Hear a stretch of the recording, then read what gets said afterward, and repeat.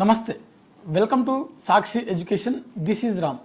India post payments bank నుంచి మొత్తం 309 ఉద్యోగ ఖాళీలకు సంబంధించిన భర్తీకి నోటిఫికేషన్ విడుదలైంది.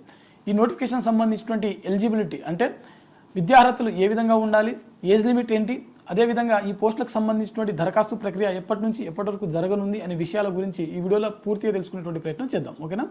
అయితే ఈ వీడియోని చూస్తున్నటువంటి ప్రతి ఒక్కరు కూడా ఈ వీడియోని తప్పకుండా లైక్ చేయండి. అలాగే మీరు ఇంకా సాక్షి ఎడ్యుకేషన్ యూట్యూబ్ ఛానల్ని సబ్స్క్రైబ్ చేసుకోకపోతే ఇప్పుడే సబ్స్క్రైబ్ చేసుకోండి. అయితే మనకు ఇండియా పోస్ట్ పేమెంట్స్ బ్యాంక్ నుంచి విడుదలైనటువంటి ఈ నోటిఫికేషన్ ద్వారా మొత్తం 309 ఖాళీలు అయితే భర్తీ చేయనున్నారు. దీనికి సంబంధించినటువంటి ఎడ్యుకేషన్ క్వాలిఫికేషన్ చూసినట్లయితే అభ్యర్థులు ఏదైనా డిగ్రీ పాస్ అయి ఉంటే సరిపోతుంది. ఏదైనా డిగ్రీ పాస్ అయినటువంటి అభ్యర్థులు అంటే డిగ్రీ బీఎస్సీ కావచ్చు, బీటెక్ కావచ్చు, ఇతర ఏదైనా సరే అగ్రికల్చర్ కావచ్చు, లేకుంటే ఎంబీబీఎస్ కావచ్చు, ఏదైనా డిగ్రీ పాస్ అయినటువంటి అభ్యర్థులు ఈ పోస్టులకు దరఖాస్తు చేసుకోవడానికి అర్హత కలిగి ఉంటారు.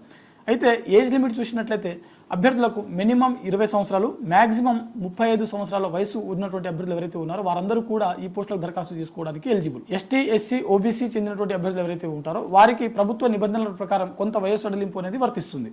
నవంబర్ 1 నుంచి వీటికి సంబంధించిన దరఖాస్తు ప్రక్రియ అనేది మొదలవడం జరిగింది.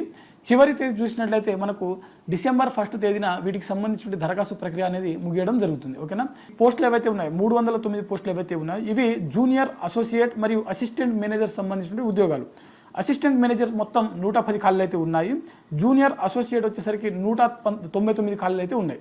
మొత్తం 309 ఖాళీలలో 199 ఖాళీలు అయితే మనకు జూనియర్ అసోసియేటు, అసిస్టెంట్ మేనేజర్ మొత్తం 110 ఖాళీలు అయితే ఉన్నాయి.